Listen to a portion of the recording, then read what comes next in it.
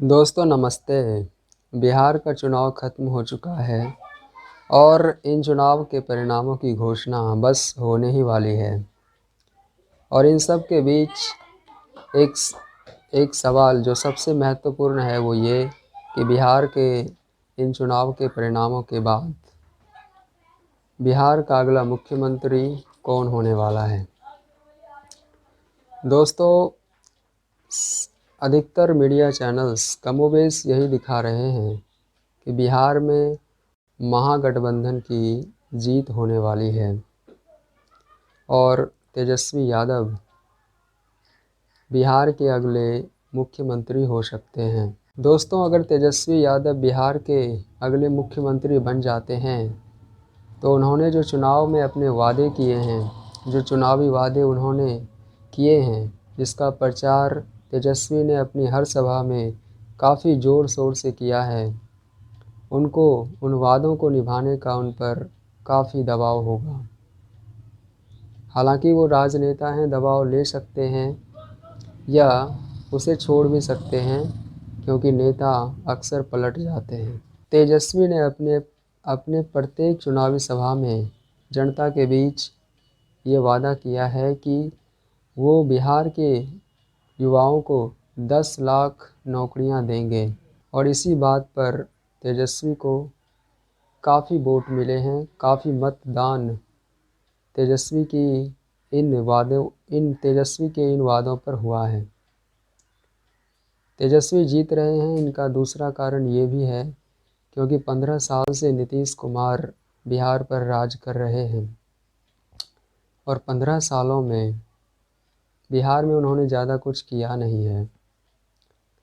Factory नई लगी नहीं और जो पुरानी फैक्ट्री थी, जो चीनी मिलें बिहार में थी, उनमें से भी अधिकांशतः लगभग 70 से 80% बंद पड़े हैं और जो चल भी रहे हैं उनकी स्थिति काफ़ी दयनीय है।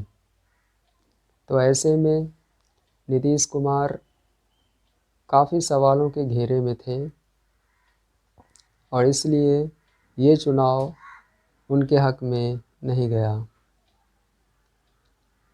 बिहार में जो प्रवासी मज़दूर जो लॉकडाउन के वक्त बिहार को लौट रहे थे, उनके प्रति जो उपेक्षा नीतीश ने की, ये भी किसी से छिपा नहीं है और इस बात का गुस्सा भी बिहार की जनता ने नीतीश सरकार पर निकाला है।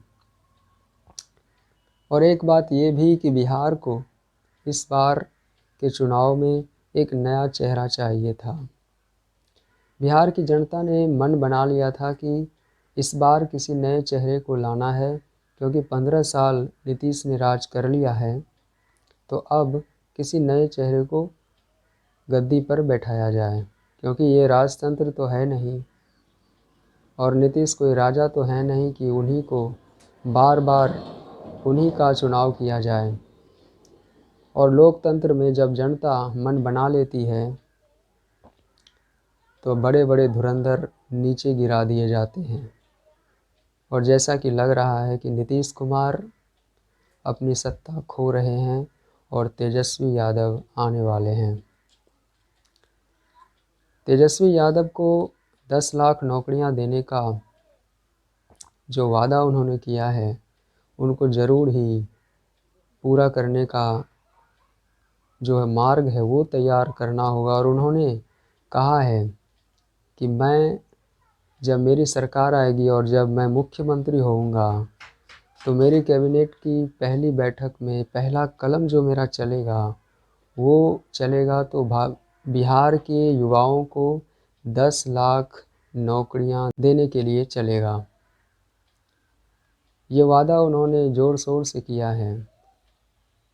अन्य कई वादे भी किए हैं, जैसे कि वृद्धा पेंशन को 400 से बढ़ाकर 1000 रुपये करने का उन्होंने वादा किया है और जो विद्यार्थी परीक्षाओं में जो फॉर्म भरते हैं उसकी फ़ीस भी माफ़ करने का उन्होंने प्रण लिया है। और उन्होंने अपने होर्डिंग्स में लिखा भी है कि प्रण हमारा बिहार को बदलना है तो अगर उन्होंने प्रण लिया है तो उसे पूरा करना भी उतना ही आवश्यक है, क्योंकि आप बार बार जनता को बरगला नहीं सकते हैं। अगर आपने वादा किया है तो उस वादे को पूरा करने के लिए आप में हिम्मत भी होनी चाहिए, आप में उस प्रकार की इच्छा शक्ति भी होनी चाहिए। नहीं तो जनता 5 साल बाद तेजस्वी आपको भी कान पकड़ कर नीचे उतार देगी। और क्या आप जंगल राज के युवराज इस बात को सही साबित करेंगे, या आप अपनी छवि अपने पिता से इतर एक दूसरी छवि गढ़ेंगे, एक विकासशील पुरुष की छवि गढ़ेंगे? ये अब आप पर निर्भर होगा। तो तेजस्वी यादव जी, अगर आपने वादा किया है तो उन वादों को भूलिएगा मत, क्योंकि ये जनता है। ये जनता अगर किसी को गद्दी पर बैठा सकती है तो कान पकड़ कर उसे गद्दी से उतारने में भी उसे ज़्यादा समय नहीं लगता। नमस्कार।